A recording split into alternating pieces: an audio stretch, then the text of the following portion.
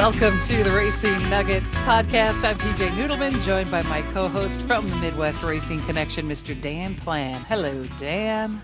Hello. Good to be here again. We got a great guest. We had actually talked with one of the Deary clan, Jack Deary, earlier in this program.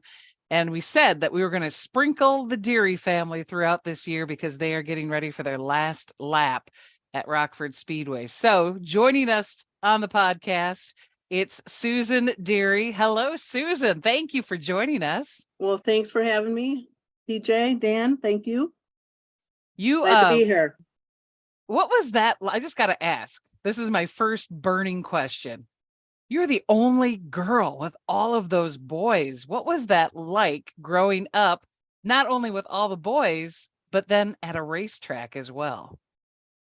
Well, I would say it was torture, but it wasn't. My parents raised us as people, not as boys and girl. And I didn't even know I was a girl, honestly. I mean, I remember my mom would tell the story of how I cried that I couldn't stand up to go to the bathroom like my brothers. So, I thought I was just one of them, and I don't know anything different. That's all I know is boys. I'm glad I didn't have any sisters because I know what kind of a little snotty girl I was. And I don't think I would want another one of them around. But I mean, then the racetrack was just a playground, really. We worked and work was fun, actually.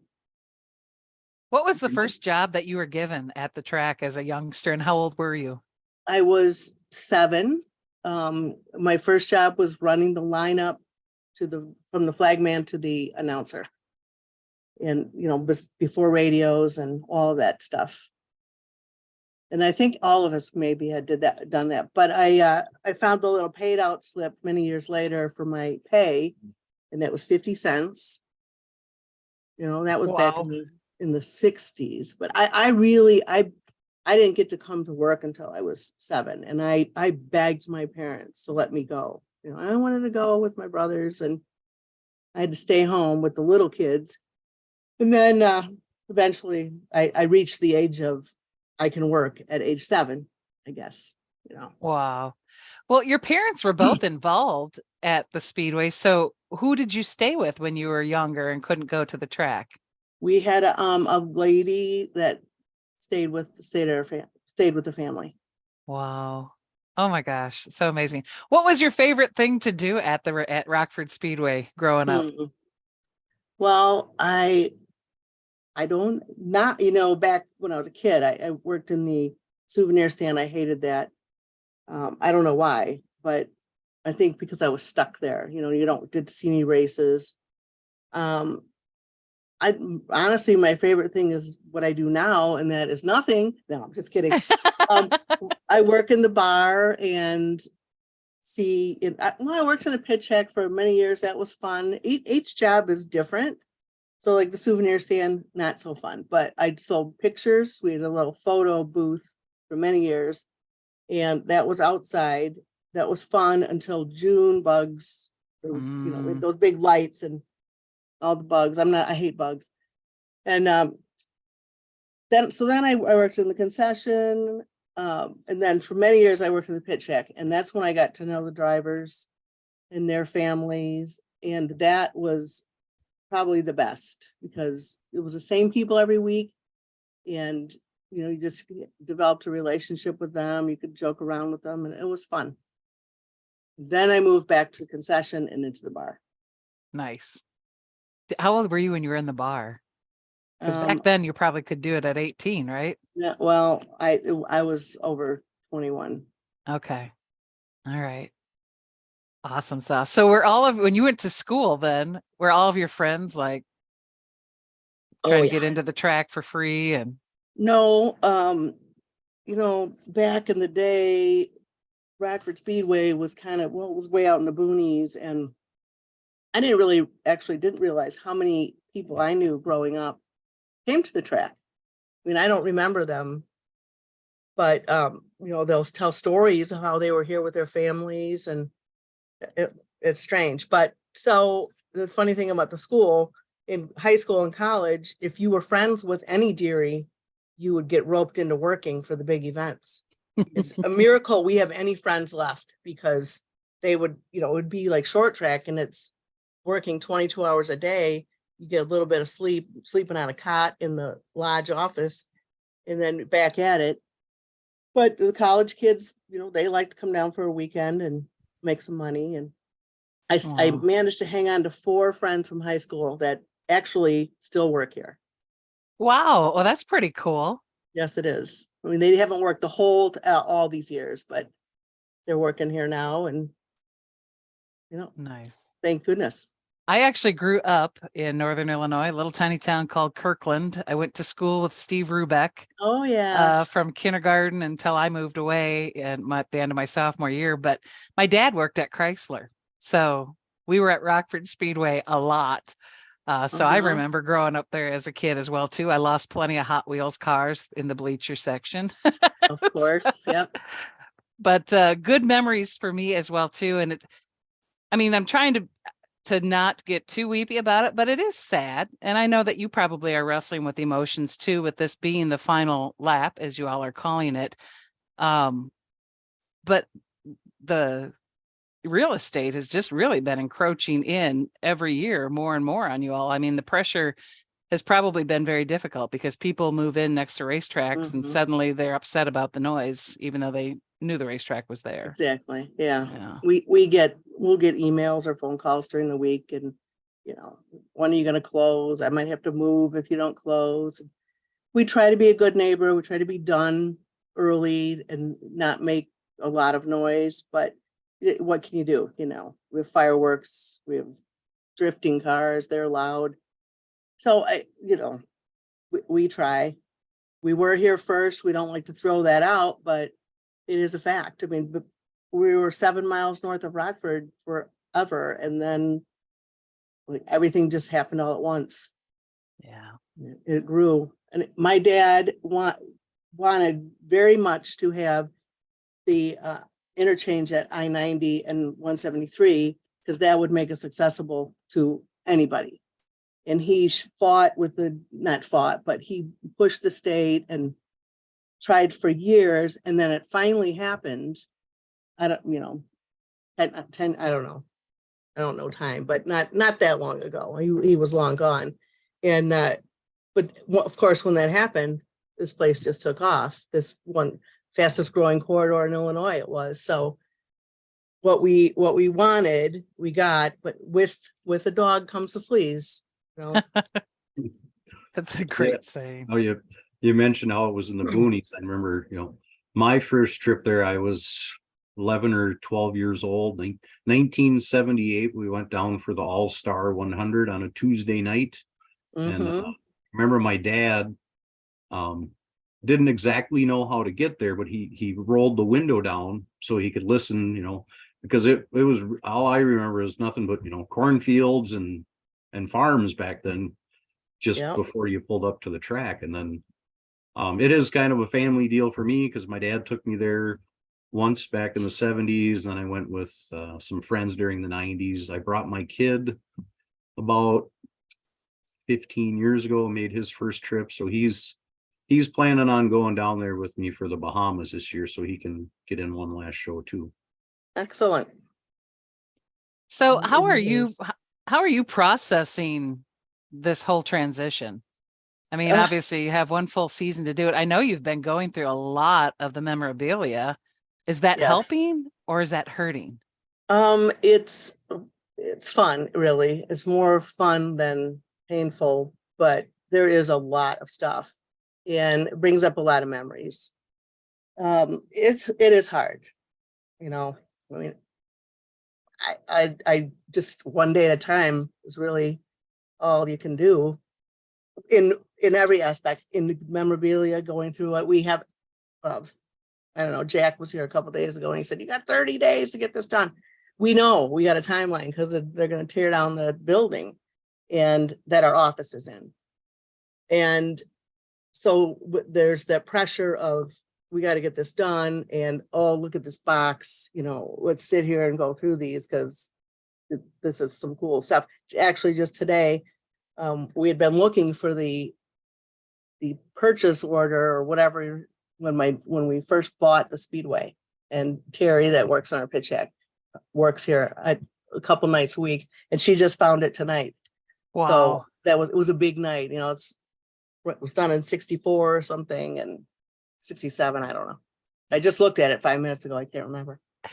But, you know, you see things like that, old stuff, my notes that my dad wrote.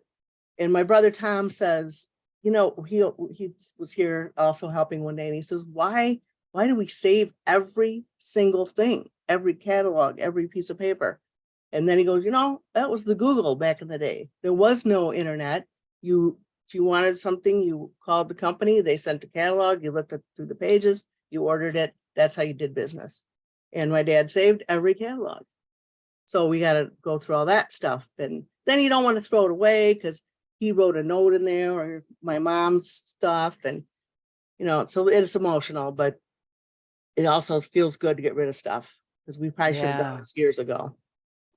What has been the most emotionally thing that just really got you, where you just really had to sit down and take a beat? Well, I'll probably cry. Just the fact that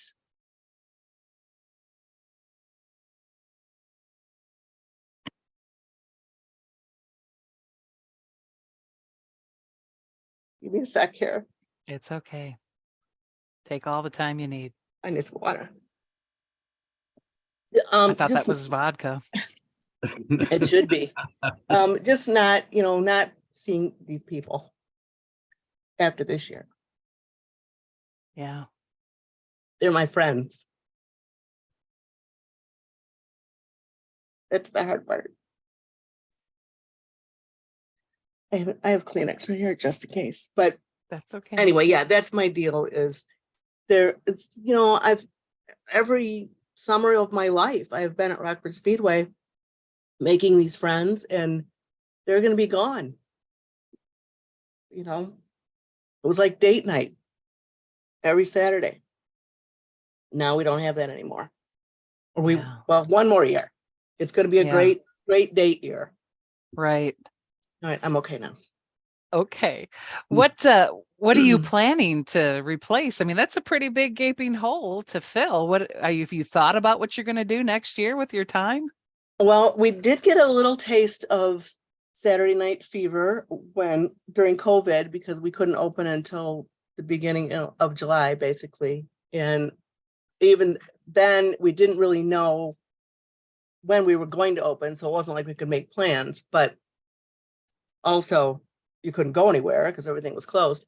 But it was, going around on a Saturday night, I don't even know what that's like in the summer. And it was kind of cool. And the funny thing is, we had a group of drivers and people, and we met at the finish line, or on the X, every Saturday at 7:07, which is our starting time, if you don't know, and would hang out on Saturday nights. So even so, we weren't racing, we were meeting. And anyway, to answer your question, what am I going to do? I don't know. Probably travel a little bit. I don't know what a lake looks like in the summer. I don't, I could do that. I'll probably get another job, really. And I talked to Steve Bechtel at Grundy, and he said, well, yeah, we'll build a bar for you. You can come work here. Wow. So that would be fun. I was going to say, you have so much experience to bring to anybody's racetrack. Well, it's funny because I think, well, I know how to do is sell hot dogs and beer.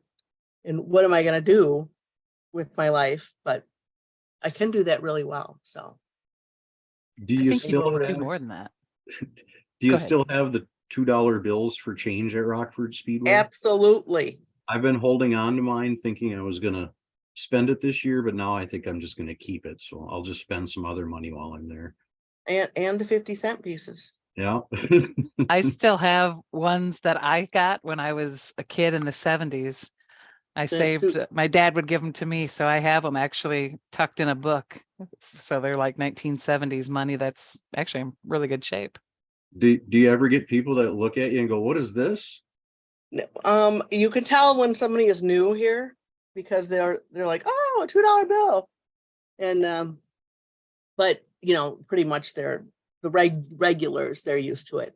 Yeah. However, we like to, go out to eat, you give a waitress a $2 bill, that's like a $20 bill to them because they don't ever see that kind of thing. Now, I'm not that cheap. I'll give them the 20 and a $2 bill. But they're cool, and it's a Rockford thing. And then the people that come with their new friends that have never been here before and they get a $2 bill. Oh yeah, it's a Rockford thing. So Yeah. that's kind of cool. We got our thing, our Rockford thing. Your dad was a hell of a marketer in that regard. I mean, he knew how to do little things like that Mhm. really made an impression and made an experience memorable and created a great memory for people like that. That's just got to be a cool trait. And I got to believe too, Susan, that you have that inside of you as well too. So when you say, all I know how to do is sell hot dogs and beer. No, you don't. You know how to make things memorable because that your dad and your mom, for that matter, ingrained that into you. Probably. Thank you for saying that. And you're probably Yeah. right. I think all of my brothers and I have a little bit of my dad in them, and some are better at some things, and my mom as well. I mean, she's amazing. Was amazing. Very amazing person. I think We I'm ta- gonna Here is my brother David walking in the room. Oh, Good well, afternoon. hello, David. Tell David he's on our list too for later on this year. Pretty expensive though. Here he comes. He's coming around. Come on around. Say All hello. right. Just want to say hi, y'all. Hi, David. Hey, We're going to have you on hopefully here in the next couple months here. I'm pretty good, so you'll like it. He All doesn't- right. And he doesn't cry. That's the girl in me. That's what makes me different than my brothers. That's all right. I've seen Chuck cry. I have. The first time I met Me David too. was at the Ocean Deck in Florida. I was wearing my National Short Track Championship sweatshirt, Uh-huh. and I had never met him before, and he just walked up and gave me a beer, and he said your dad used to give people money when they were out of town and they saw him wearing Rockford attire, and then they just switched to buying somebody a beer. So of course, me Absolutely. being cheap, I always bring something from Rockford down to Speed Weeks, but I've never run into David again. Well, he'll be back down there. Oh, funny. But that's true. If you had a Rockford Speedway shirt on and anywhere, mostly at a racetrack, then and I think all the brothers actually do that. Yeah. So your season, the final lap is about to kick off. What Yes. kinds of things do you already have set for this opening night? And what kinds of things are you willing to share that people can expect? Maybe some surprises? Well, we are still actually trying to get our schedule done. It changes almost every day. I think the last schedule now at the top says the almost final 2023 schedule. But opening day, hopefully we're going to try to get a parade through the city of Loves Park with race cars. We had talked about doing a concert. Hard Rock Casino was going to put on a little concert, but I don't think that's going to happen now. Pretty much though, it's the drivers are anxious to get here and get their spot in the pits and get out on the track. And I'm sure we will. Typically on a race night, we don't get out of here till 3:30 or 4. The people hang around. I'm pretty sure we'll be going home every Saturday night, actually every Sunday morning, early morning. Yeah. And I think that's going to be the rule basically for this season, is just hanging on to every single minute we can. And that was, said this the other day, I don't really want it to start because then it's the start of the end, and that's sort of sad. But it'll be a great time. We've got merchandise that we're selling, the last lap merchandise, and a lot of memories. It hasn't really sunk in yet, I don't think. I mean, I know it's happening. I was at the meeting. I heard it. read it in the paper, but just cannot imagine October 29th being the end. It'll Yeah. be very strange. Yeah. It's if I could make a suggestion, and maybe you're Please. already planning to do this, I highly recommend that on Sunday after you wake up after a long night, that you journal about things that happened the previous night, so that way you can go back and read back about every single turn in the final lap. Yes, that's a good idea. I wish I had done that all of my racing life, but it's a good idea. I'm With the thinking you last could lap. still go back and write things down. You know what, Oh. Susan? You would write an incredible book that people would buy. If just I could based on- remember the stuff. Well, I bet if all of you sat down and just started spitting things out, it would be an incredible book. It really would. We did have a little gathering. Ray Padron, that's been working here for 50 years, retired, and we had a retirement party for him last weekend. And of course, a lot of the Speedway people, old timers, were there. And the party was supposed to be over at 4. At 7:30, we're still there. We were standing in a circle, like a perfect circle. It was very weird. And all telling our little Speedway stories. And it was for hours. It was fun, but the circle part was weird. Like nobody wanted to go forward or get in a line. It was just a circle and we're telling these stories, but so many stories and things that you, like I say, I forget, and then they'll bring it up and it's like, oh yeah, that was so much fun. And I mean, we've got Richie Bickle stories and Robbie Reiser stories and Ron Hornaday stories and, Dick Trickle stories, of course. And everybody's got stuff. That sounds like a special Racing Nuggets episode, to just bring microphones down there and document all that stuff. That would be amazing to hear all of those stories. And come anytime. I'll even let you in for free. God bless. God bless. Actually, Now, I've got Deary, he would charge you, but we're nicer. What is your most memorable, funny story that you can remember over the years? Well, boy, most of those I can't repeat on. The statute of limitations is over. You can tell them. Oh no. My mother is still watching us. And not that they involve me, but I was privy to some of the stuff.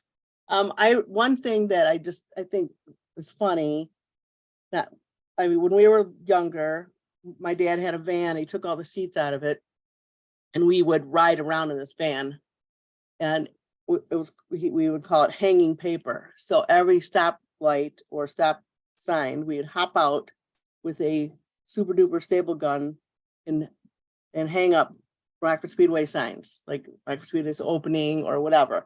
But I mean, no seatbelts, no nothing. And we're in traffic, hopping out, hanging up these signs. And he had 8 kids to, run around and do all that work. We had to, probably back then I was complaining about working, but we would, at the end of the race, we'd line up on the track with push brooms and sweep the track by hand. And I mean, they're great stories now. Back then it was like, this is crazy, but I shouldn't have to work like this. I'm an 8-year-old girl. I didn't say that. Anyway, we just, did all this stuff, and now it's fun. I'm glad we did. Developed a great work ethic. And, Yeah. Just the nutty flopping around in that van was crazy. And then he had this mean Dalmatian dog that would bite your head off if you looked at him wrong. The dog got the passenger seat. The rest of us had to sit on the floor. And that is the truth. That's hilarious. Yeah, there were some great family stories. We'd drive to Daytona in February for the races, and then go down to Fort Myers Beach for a week or so after. And my father was the original garage sale person. He stopped at every garage sale between here and Fort Myers Beach and would buy things, and then it's in their trailer with us. We're trying to sleep and there's bullhorns and who knows what he's got in there, whatever junk he could find. I mean, he just, that was before garage sales were a thing. So there would be, not very many. And we'd be on this we'd never be on the dang highway. You'd have to take back roads always and find these garage sales. That was Wow. great. So were those like your family vacations then? Because Mhm. when else would you Yeah. take a vacation? Yes, we went always in the winter. So in fact, we would get out of school, go to school, get the homework. And he used to be in the insurance business. And I guess they had a common insurance business person would have these big old briefcases. And I could still, if I smelled one today, I mean, that whole smell would come back of the vacation. But we'd get our schoolwork from the school for 2 weeks and then a little army duffel bag about this big of 2 weeks worth of clothes, which as a girl, that's nearly impossible. But I made it work. I had to. And I mean, you have 8 kids, you cannot have big suitcases. So we'd load up the station wagon and hook up the trailer and head on down to Daytona and Florida and played. Neat. Yeah, it was good. A lot of fun. Did you actually get to unplug during those times? Oh, yeah, yes, we did. We could not really sleep or goof off in the car. We had to be looking out the window. We played this game and you would find, I Spy sort of, but you got points if you found something. And so of course it was a competition. And we'd, chill out on the beach then after Daytona. And well, that Daytona was fun too. But I think the first time I ever was in the stands at Daytona, I was a grown-up, and that's a whole different ball game when you see the whole track as opposed to standing on top of a station wagon and only seeing the first turn, because we would always go in the infield. And that's all, that's all we could see was they didn't have jumbotrons or anything like that. But yes, we did relax and play on the beach and get sunburnt and do everything you're not supposed to. What great memories. What great memories. Which Yes. of your brothers is the biggest stinker? Well, Chuck, he's funny, very dry sense of humor, gets me every time with his antics. He'll say something, I believe him. We're in Reno this year. I'm meeting Greg and Chuck at this speakeasy. So they say, go to this door and you knock on the door. So I'm at the door, I'm knocking on the door, nothing's happening. The door is unlocked. This is what they're telling. They're texting me, door's unlocked. Door is not unlocked. And I'm like, Chuck and Greg together are very bad news. So I know they're punking me. And I'm like, I'm done. I'm going back to the hotel. And then Chuck comes out from around the corner. No, it's the front door. But the last time we were there, it was the back door. So I did what I was told. And anyway, they're punking me. But okay, so that's Chuck. He's always gets me. And I know he's full of it, but I still fall for him. I'm gullible. Jack is a goofball. I mean, they're all just, I don't know. The 2 oldest are pretty tame, but the rest of them are nuts. So again, that's what I'm saying. How did you survive that? That just to me I'd be having my hair torn out. I mean, my 2 brothers, I loved them. I grew up a lot like you, kind of a tomboy of sorts, and I cried when I realized that I couldn't do a lot of things they could. But I don't know. I got to believe that would have been like magnified with 7 other siblings that are all boys. That just had to be nuts. Yeah, well, yes, and they would pick on me. So people say, "Oh, you must be spoiled." No, I was not spoiled. I was making their beds and making their lunches and doing girl things, I guess. But yeah, I don't know. But they're all, they're decent people. None of them were really mean to me. My brother Brad was maybe a little mean. He's the one right right next to me, right next youngest. Tom's next older and Brad is younger. And so Brad was mean, Tom was decent. Tom is pretty even keel, he peacemaker, I guess, and kind of a whim. If there's a fight, you'll find Tom nowhere near the fight. But the other ones will get in there and throw some punches. Speaking of fight, I don't know if it was a Christmas card, and I think you posted it the other night. Your whole family and every one of you has had the black eye. Yeah. So we You would got- do these theme Christmas cards every year. And that one was, we'd rather fight than switch, which was the Territon cigarette slogan. And we all had those black eyes. And the sweatshirt said, the Hugh Deary family would rather fight than switch. That's funny. It's cute. Yeah. I mean, there's a whole series of those. Do you have that Oh, whole yeah. collection of all Yes, the Christmas cards? We did 63 was the first one. That was the year David was born. And then the last one we did was in 84. That was the year my dad died. And that the 84th or the 1984 card was all of the cards in a collage.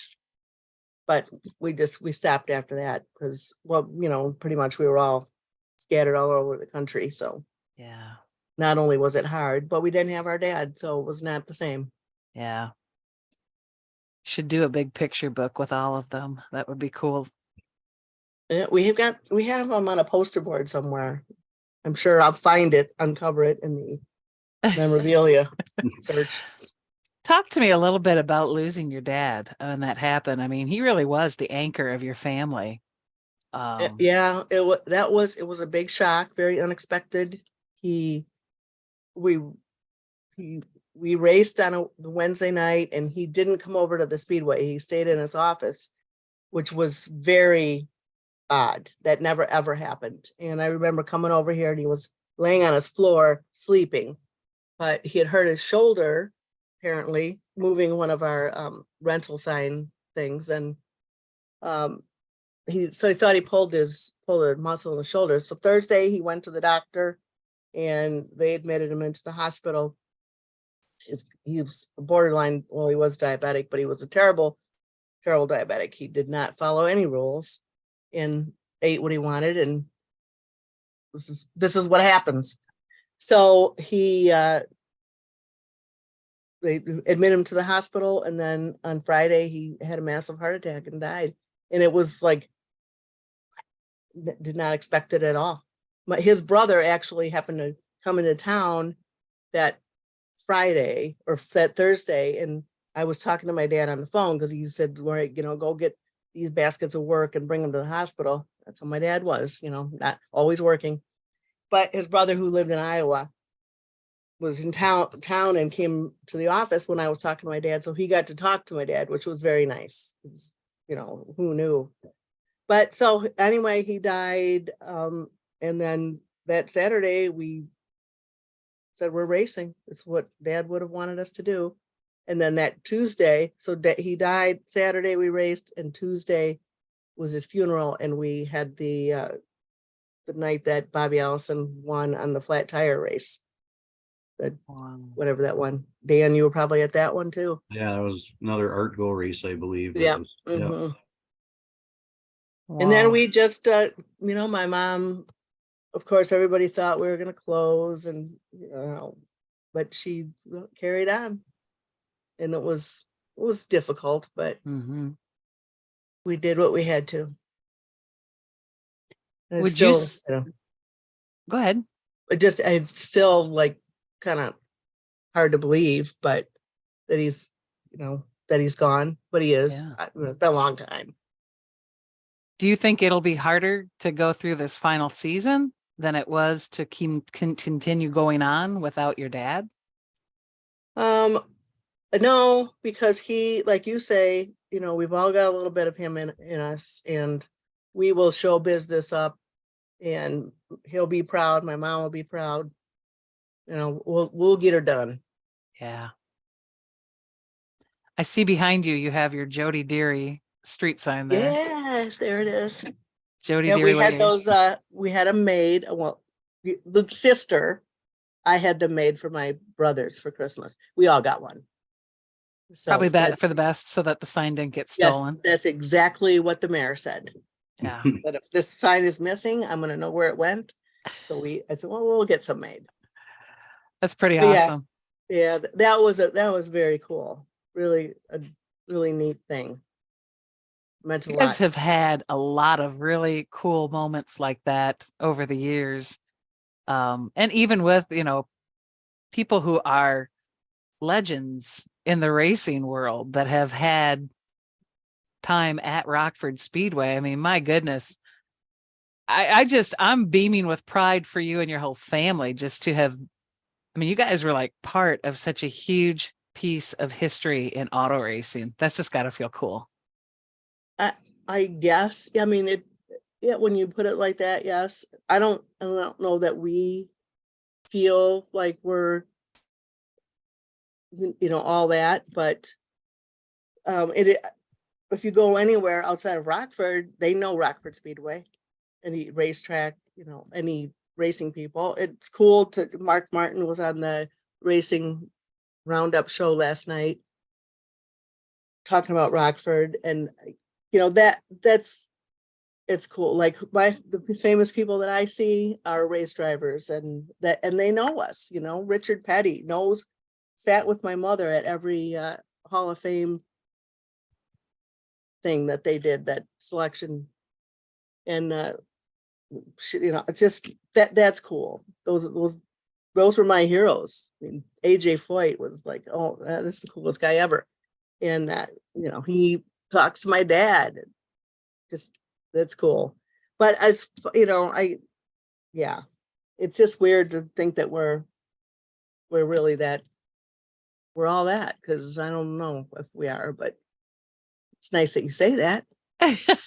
Well, sometimes when you've been immersed in it your whole life, so this is all you've really known.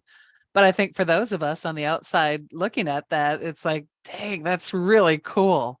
It is really cool.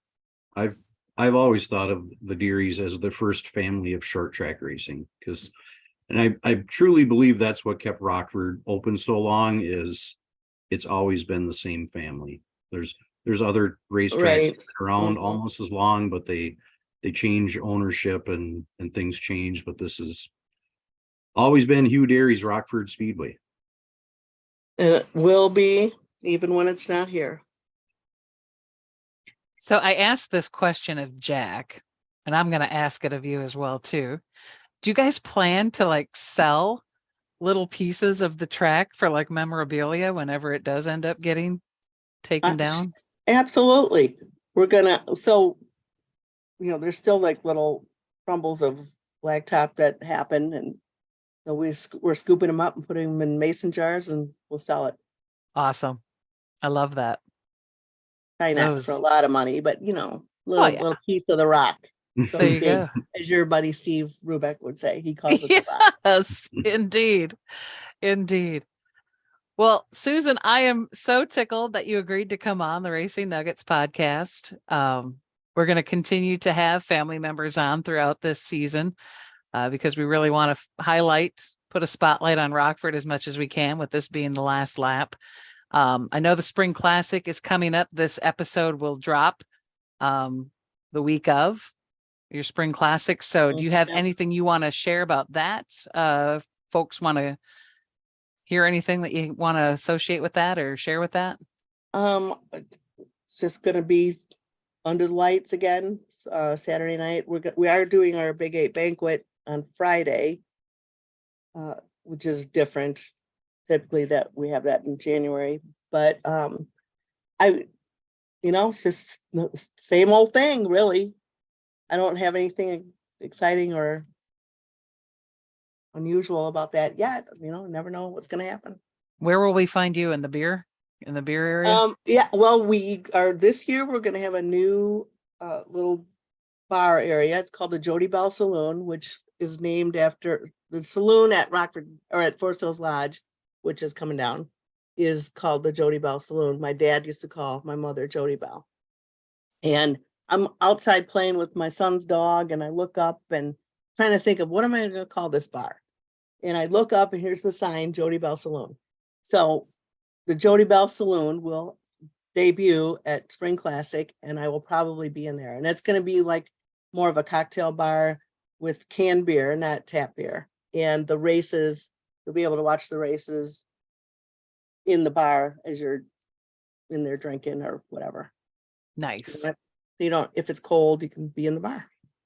So that's where I'll be, I think, the first night. And then in Victory Lane, I hope, getting my, not really a picture person, but I was told that I need to get my picture at Victory Lane with winners. I think that's a good It's- idea. That's what we got to do. So Well, I'll good. be there. Awesome. I look forward to the Spring Classic being a huge success to kick off the last lap at Rockford Speedway. I hope so. We're planning on it. Right. Thanks again for being our guest on the podcast. Well, thank you for having me. We'll see you at the races.